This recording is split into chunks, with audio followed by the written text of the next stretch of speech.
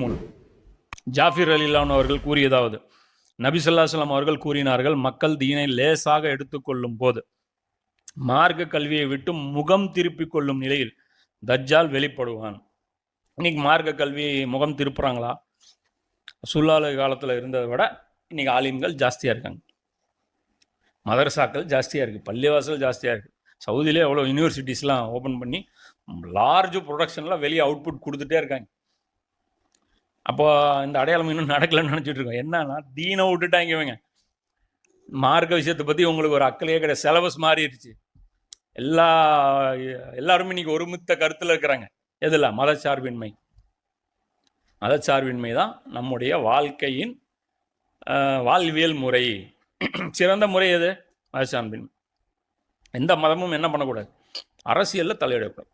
அரசியல் விவகாரம் மனிதர்களை முடிவு பண்ணிக்குவாங்க.